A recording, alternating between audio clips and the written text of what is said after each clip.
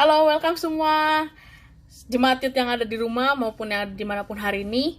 Mari sebelum kita mulai ibadah hari ini, kita bersatu dalam doa. Tuhan, terima kasih Tuhan buat hari ini Bapa, buat kasih-Mu, buat berkat-Mu, buat setiap kami Tuhan. Hari ini kami bisa melaksanakan ibadah online kembali Tuhan, terima kasih Bapa.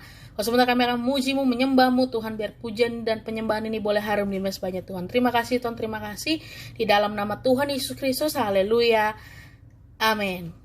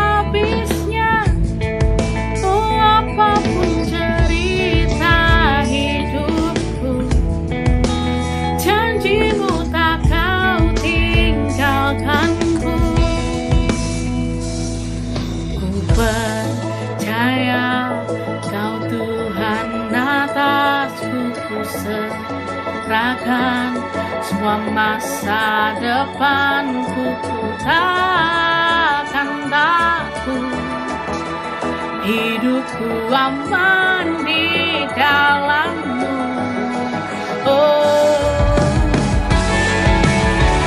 Terima kasih.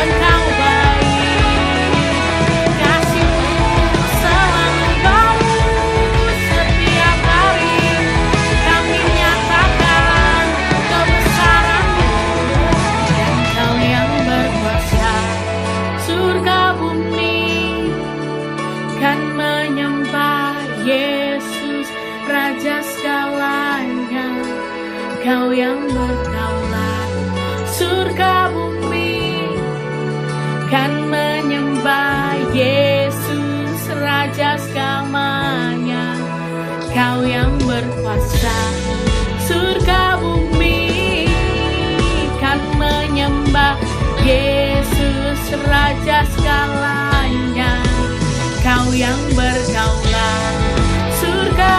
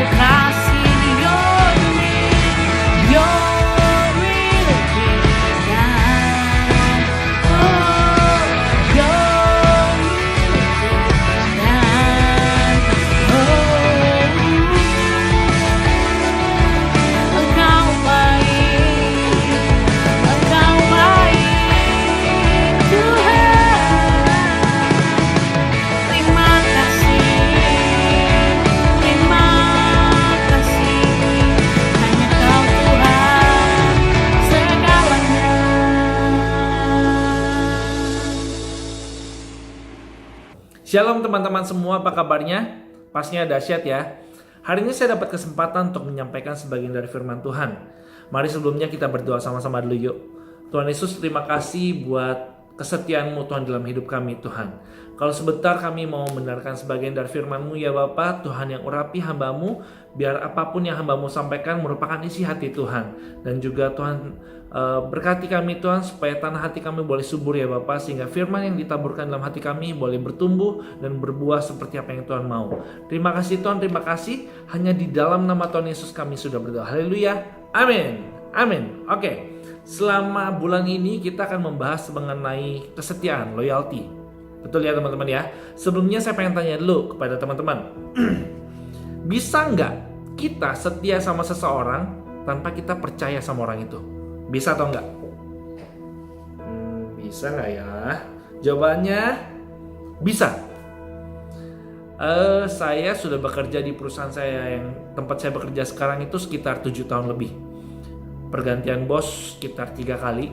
Dan saya bisa melihat orang-orang, rekan-rekan kerja saya, di mana dia di depan bisa bilang, iya bos, siap, bos mah paling oke. Tapi di belakang, si bos ini mah nggak bisa dipercaya, ngomongnya beda. Jadi maksudnya dia bisa di depan bos, dia melakukan semua yang bosnya mau, tapi di belakangnya dia malah ngomongin bosnya. Dia nggak percaya sebenarnya sama kemampuan bosnya, gitu. Jadi kalau ditanya bisa nggak kita setia tanpa percaya? Bisa. Kita nggak percaya sama dia, tapi kita setia, kita tetap sama dia, kita melakukan pekerjaan-pekerjaan yang dikasih, tapi kita nggak percaya, itu bisa. Nah, tapi apakah apakah setia itu yang Tuhan mau? Bukan.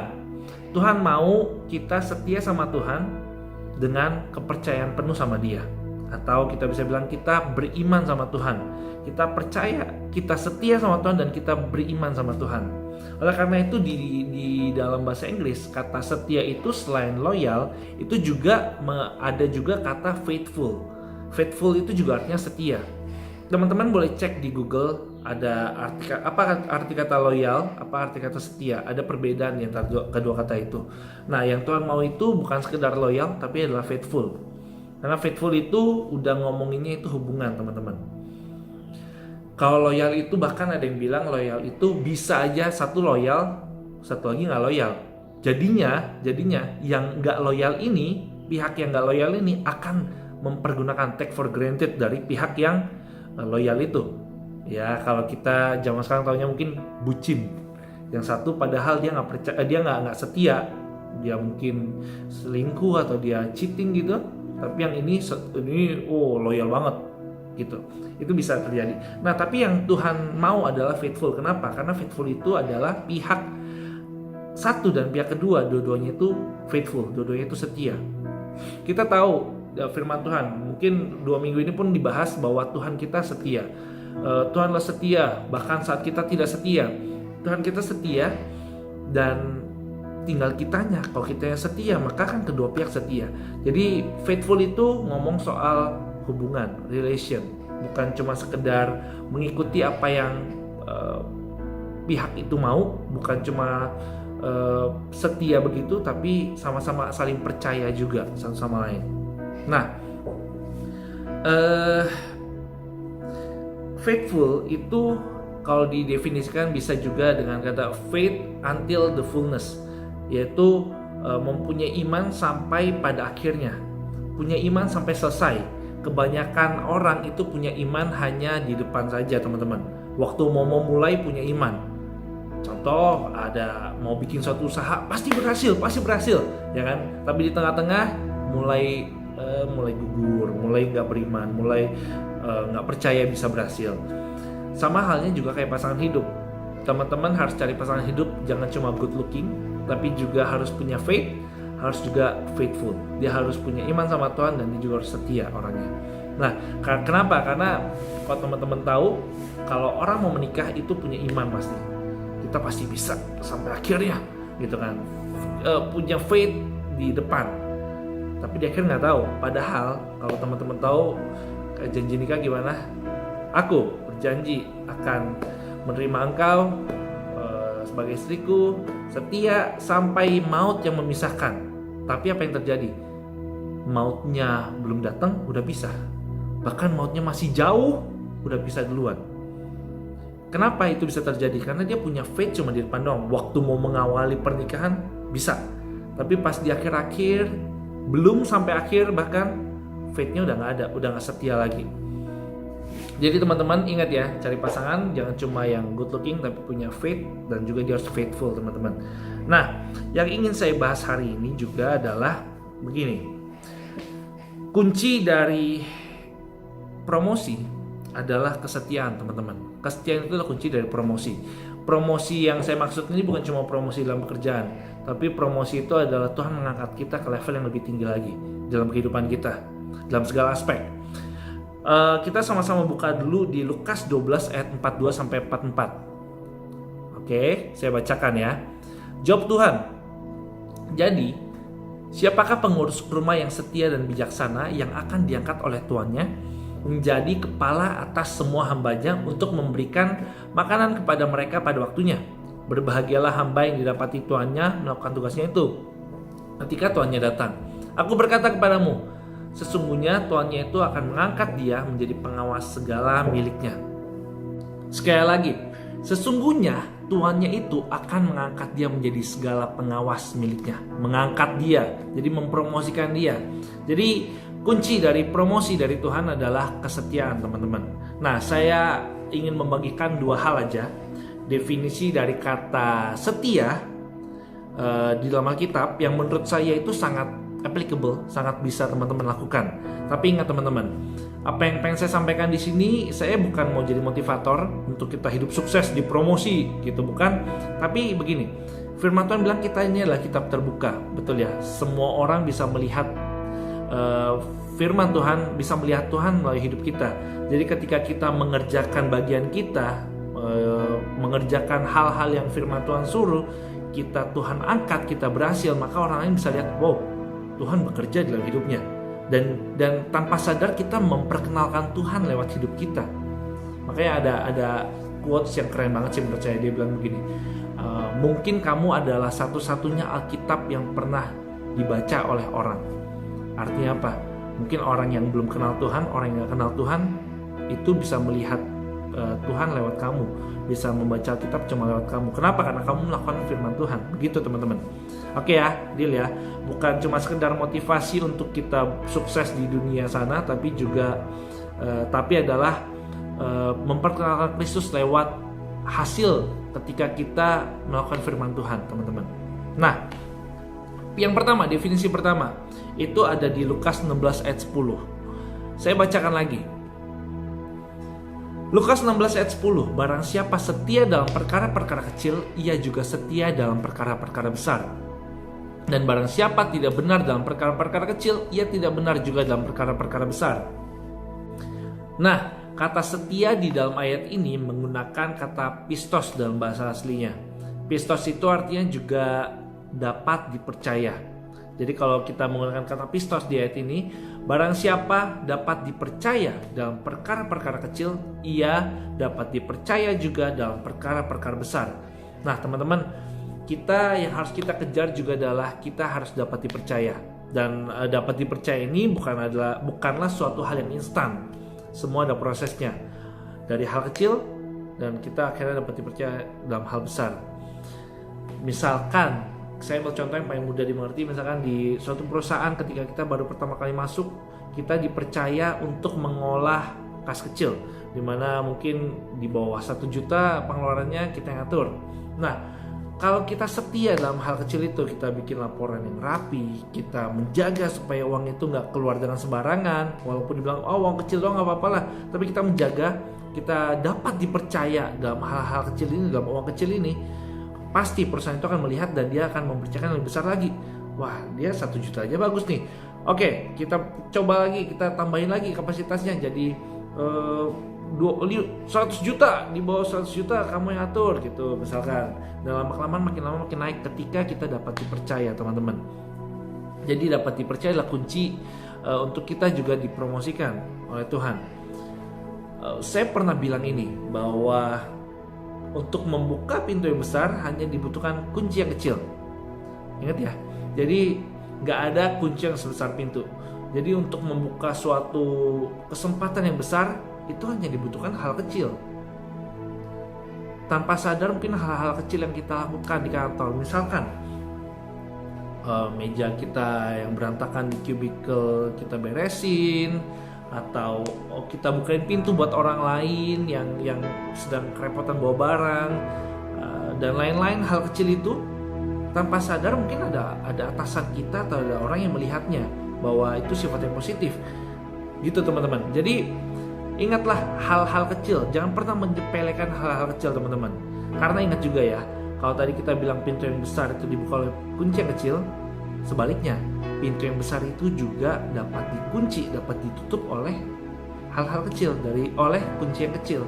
Jadi jangan sampai kesempatan yang besar itu malah tertutup karena kita nggak bisa dipercaya dalam hal-hal kecil teman-teman. Ya, ingat ya. Jadi yang pertama kita harus dapat dipercaya, dan juga kita harus setia dalam hal kecil. Kita harus dapat dipercaya dimulai dari yang kecil dulu. Nah, yang kedua, saya ada pertanyaan lagi. Yang kedua begini, jika ada seseorang yang setiap minggu datang ibadah, nggak pernah terlambat, lalu datang selalu tepat waktu, datang selalu di tempat duduk yang sama gitu, apakah itu setia? Coba dijawab. Jawabannya adalah ya, mungkin menurut manusia itu adalah setia, tapi menurut Tuhan bagaimana? Kita sama-sama tahu perumpamaan tentang talenta. Tahu kan teman-teman? Kalau belum tahu, nanti coba dibaca lengkapnya di Matius 25 ayat 14 sampai 30.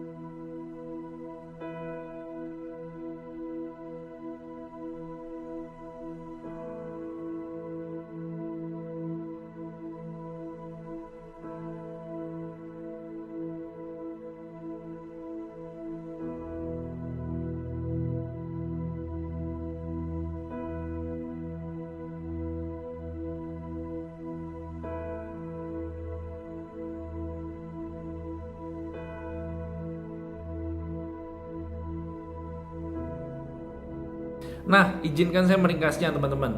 Ada seorang tuan yang memiliki 3 hamba dan tuannya ini mau pergi. Lalu dia memanggil 3 hamba itu dan dia memberikan hamba yang pertama 5 talenta. 5 talenta. Talenta itu adalah mata uang yang jumlahnya cukup besar saat itu.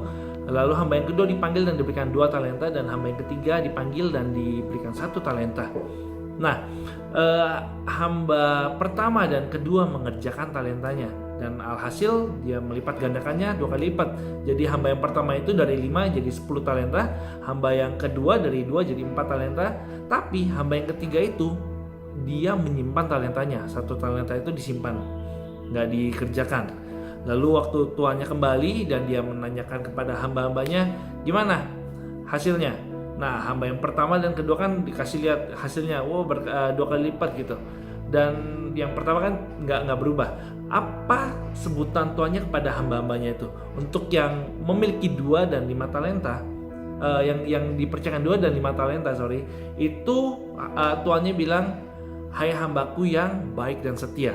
Dari 2 jadi 4, dari 5 jadi 10. Disebutnya hai hambaku yang baik dan setia.